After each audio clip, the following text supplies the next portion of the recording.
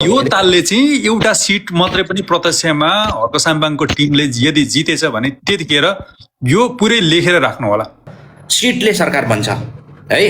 अब बालेन होला नराम्रो, रवि होला नराम्रो, उनीहरूको त अब हिजोको 21 सिट कन्फर्म छ, अब बढेर जानेवाला छ। सिटले बन्ने हो सरकार। अब हर्कले अब बालेन, रवि, कुलमानलाई रोक्न सक्नु त कता हो कता, एमाले काङ्ग्रेसलाई पनि रोक्न सक्दैन। भनिसकेपछि हामीले कुरो गर्ने र बुझ्ने के छ भने साथीहो, जे हुन्छ है, जे हुन्छ हामीले यो देशको गणितलाई विश्वास गर्नु पर्यो नि त। गणितलाई हामी त गणितको कुरा गरिरहेको हो नि त, हैन?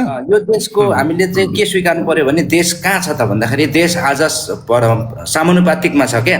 जस्तै त्यहाँ चाहिँ सिटले बन्छ सरकार, त्यहाँ चाहिँ तपाईँको प्रत्यक्ष कार्यकारी राष्ट्रपति छैन नेपालमा। भनेपछि सिट कसले ल्याउने सम्भावना छ भने है, एमाले माओवादी काङ्ग्रेसलाई रोक्न पनि गाह्रो छ। रवि, कुलमान, यता बालेनले है रोकिहाल्यो भने पनि उनीहरूले अब भोलि जे पनि गर्न सक्ने अवस्थाहरू छ। किनभने उनीहरूको हामी कति सजिलो भन्छौँ के अरे एमाले माओवादी काङ्ग्रेस, तर उनीहरूको इतिहास एकदम गहिरो छ। 2007 सालदेखिको छ, यो देशको उथल पुथलमा छ। भनिसकेपछि उनीहरूलाई रोक्नुको विकल्प अरू कुनै छैन। रोक्नुको लागि है म भन्दिनँ कि हर्क त्यो बालेनसँग मिल्नुपर्छ, रविसँग मिल्नुपर्छ, यो म पिट्टिकै भन्दिनँ। उनीहरूको आफ्नो आफ्नो उनीहरूको बाटो छ। तर जुन हर्कको समर्थनहरूले आज सामाजिक सञ्जालमा जुन खालका एउटा अफवाहहरू फैलाइरहेको छ फेक आइडेन्टिटी लिएर एकताको नाममा जो विखण्डन अपनाइरहेको छ नि, यसले चाहिँ कतै राम्रो गर्दैन। श्रम संस्कृति पार्टीलाई नै घाटा हुन्छ है। म चाहिँ ध्वस्त बनाउँछ बनाइसक्यो।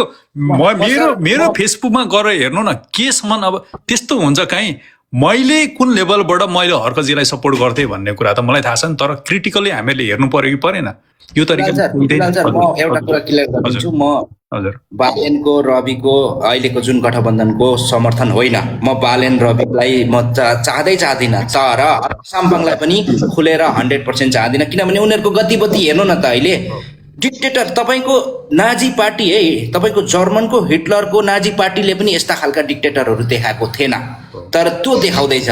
मैले भने 3वटा सिट छ अहिले, त्यो पनि अब धराशायी हुँदैछ बिस्तारै।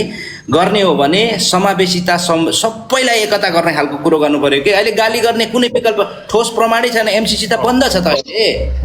एमसिसी बन्द गरेर चाहिँ तपाईँको अहिले डोनाल्ड ट्रम्पले अर्को उसको काम गरिरहेको छ, के गर्दैछ।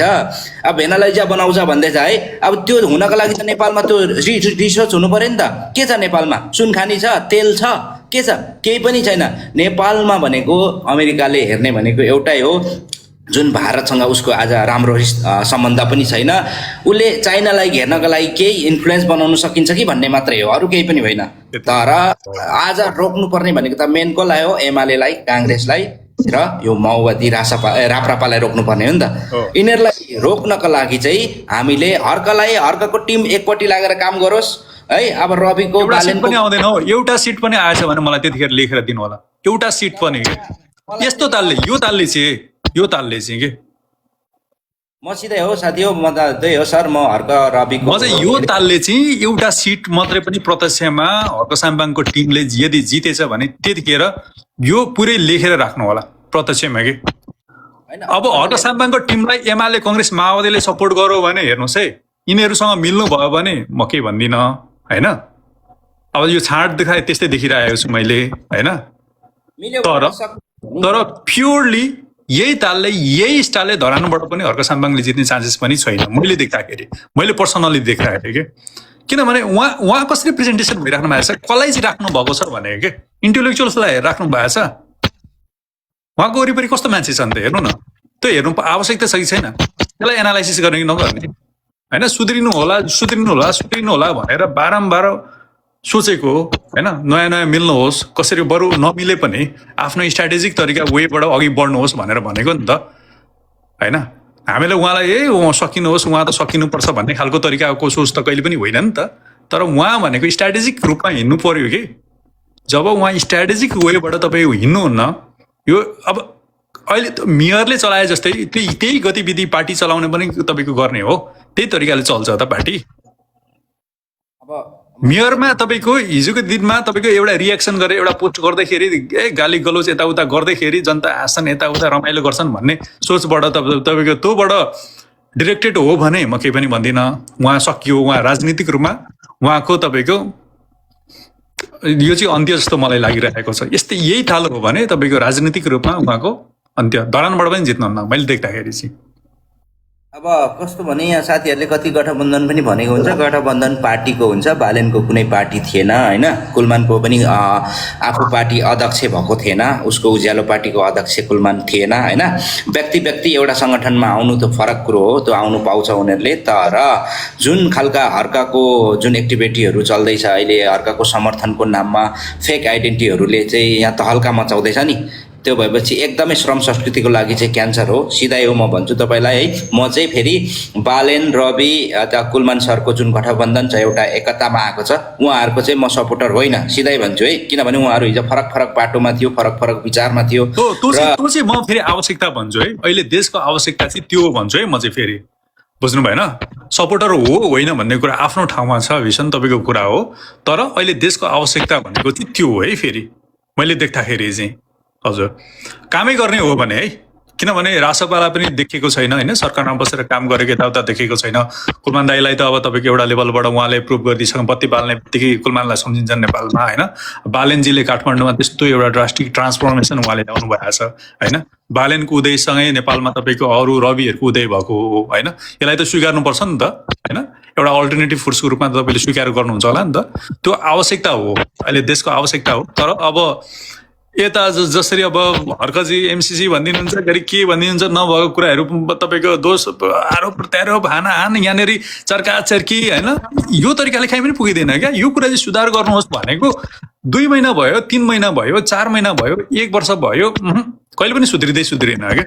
नसुध्रिएपछि कसरी हर्कजी जस्तो मान्छेलाई तपाईँको नेताको रूपमा कसरी हामीहरूले तपाईँ इन्टरटेन गर्न सकिन्छ भनेको।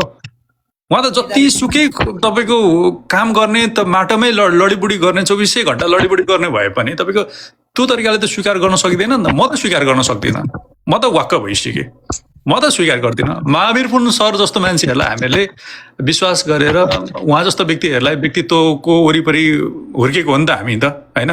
त्यो कारणले गर्दाखेरि हर्क साम्बाङ चाहिँ अब श्रम संस्कृति भन्नुहुन्छ, बबाल अब एउटा लेभलमा लिएर जानु हुने भयो देशलाई। सबै तपाईँ हामीलाई चाहिँ अब भीषण राई र म बिहार दुलालमा के फरक छ त? तपाईँ हामी त एउटै हो नि त, हामीले मिलेर देश बनाउने हो नि त होइन, देशको लागि राम्रो सोच्ने मान्छे हो नि त तपाईँ हामी भनेको त। अब मेरो नाक चुचो हुँदैमा होइन म फटा हुन्छु भन्ने कुरा हुन्छ र भने? सर म भर्खरको एउटा तपाईँलाई इन्सिडेन्ट सुनाइदिन्छु। म भर्खर आज छुट्टी थियो मेरो, त्यही भएर एउटा श्रम संस्कृति पार्टीको साथी मसँग फ्रेन्ड रहेछ, अनि उहाँ लाइभ बसेको मलाई त्यो नोटिफिकेसन आयो, अनि गएर हेरिरहेको थिएँ, तान्यो क्या सर मलाई, माथि तान्यो। म खासमा जाँदिनँ, 2 चोटि तान्यो, म बल्ल गएँ, अनि गएको एकैछिनमा कताबाट घुम्दै आएर त्यहाँ माटो मलाई त सर नेपाल नागरिक नै होइन जस्तो ट्रिटमेन्ट गर्न थाल्यो। मैले त्यसको विरुद्ध तपाईँले अहिले गएर हेर्नु, मैले भिडियो पनि बनाएको छु, श्रम संस्कृति पार्टीको नाम है सहितको फोटो सहित राखेर मैले भिडियो बनाएको छु। त्यो मैले विरोध गर्ने तरिकाले होइन, यो चिजहरू गलत छ भनेर है। तपाईँको उनीहरू बाहेक त त्यही भएर म लाग्छ कि सर नाजी पार्टी जस्तो चाहिँ स्थापित गर्न खोज्दैछ, यसले त हुँदैन। मलाई त नेपाल नागरिक नै होइन जस्तो गर्छ यार। म 2008 देखि यो नेपाली राजनीतिकलाई निहालिरहेको छु होइन, विभिन्न सङ्गठनमा मेरो कन्ट्रिब्युसनहरू छ। मेरै सङ्गठनको सचिव छ है श्रम संस्कृति पार्टीमा, मेरो सङ्गठनबाट गएको। मैले विरोध गरेको छुइनँ सर, मैले शुभकामना दिएको छु, किनभने हर्क एकचोटि आश लाग्दो कुरो थियो नि त, हो कि होइन? तपाईँले पनि एकचोटि आश त मानेको, आश लाग्दो मान्छे मैले पनि मानिरहेको छु। हर्कजी गर्नुहुन्छ, सुधार गर्नुभयो भने ठिक छ क्या। फेरि यो सारा कुराहरू यहाँ झगडा किन भने, के आनान भने, राजनीति यस्तो हुन्छ र भने? हर्काको पार्टीको विरोधी पनि होइन, हर्काको विरोधी पनि होइन, तर उहाँहरूको जुन एक्टिभिटी छ नि, जो हर्काले अहिले गरिरहेको एक्टिभिटी, उसको त्यो फेक आइडेन्टिटी लिएर गर्ने एक्टिभिटी, त्यो नाजीवादी, त्यो लोकतन्त्रमा चल्दैन, त्यो ठिक छैन। गलत केपी होला, गलत सेरे होला, गलत खै थुन्न सके त, कसैले सकेको छैन होइन। भोलि चुनावमा आउँदैछ, अब भोलि रासपा त सरकार बनाउनु नसके पनि दोस्रो पार्टी हो, प्रत्यपक्षमा त रासपा कन्फर्म छ, भइसकेको छ। ल उसले कि त बालेनलाई प्रधानमन्त्री बनाउँछ, प्रधानमन्त्री बनाउनु सकेन भने तपाईँको रासपा दोस्रो पार्टी हो। तर यो तरिकाले राष्ट्रिय पार्टीमा आउनको लागि पनि हाम्रो श्रम संस्कृति पार्टीको साथीहरूले है केन्द्र तहबाट र सामाजिक सञ्जालमा जति पनि यो तपाईँहरूको त्यो फेक इन्फ्लुएन्सर र फेक त्यो प्रवक्ताहरूलाई सुधार्नु भएन भने तपाईँहरूको है त्यसमा तपाईँहरूको घाटा, मेरा त कुछ नै जाता भन्छ नि त्यस। म राजसभाले एउटा गलत काम मात्रै गरेको यहाँनिर मलाई देखाउनु, राजसभाको विषयमा 10वटा भिडियो बनाइदिन्छु म। मलाई त्यहाँ तपाईँहरूले राजसभामा बिक्री भए जस्तो लाग्छ। बिहारदुलाल कसैको बिक्री हुने मान्छे हो यहाँनिर। म त माटोलाई विश्वास गर्ने मान्छे हो नि, तर हर्क साम्बाङको तरिका भएन भनेको मात्रै हो। त्यो तरिकाले कहीँ पनि पुगिँदैन। हर्क साम्बाङ न त कोही टिम कोही पनि पुग्दैन। नेपालको राजनीतिमा यो खालको तरिका चाहिँ हुनु हुँदैन, सिधा कुरा हो, कुरा प्रष्ट हो। एमाले जस्तो तपाईँको त्यत्रो सङ्गठन भएको नेता त तपाईँको हेलिकप्टरमा भाग्नै पर्ने दिन आयो भनेपछि हर्क साम्बाङ तपाईँको कसले नि सपोर्ट गरेछ र भने, कसले सपोर्ट गरेछ र? त्यो सर अब त्यस्तै छ। ल खुसी लाग्यो तपाईँसँग दुईवटा कुरा गर्न पाएँ। फेरि भेटौँला सर। अब विचार आफ्नो आफ्नै हुन्छ, तपाईँको आफ्नो विचार, मेरो आफ्नो विचार। ल दुलाल सर, अहिलेलाई छुट्टिएँ म। Thank you.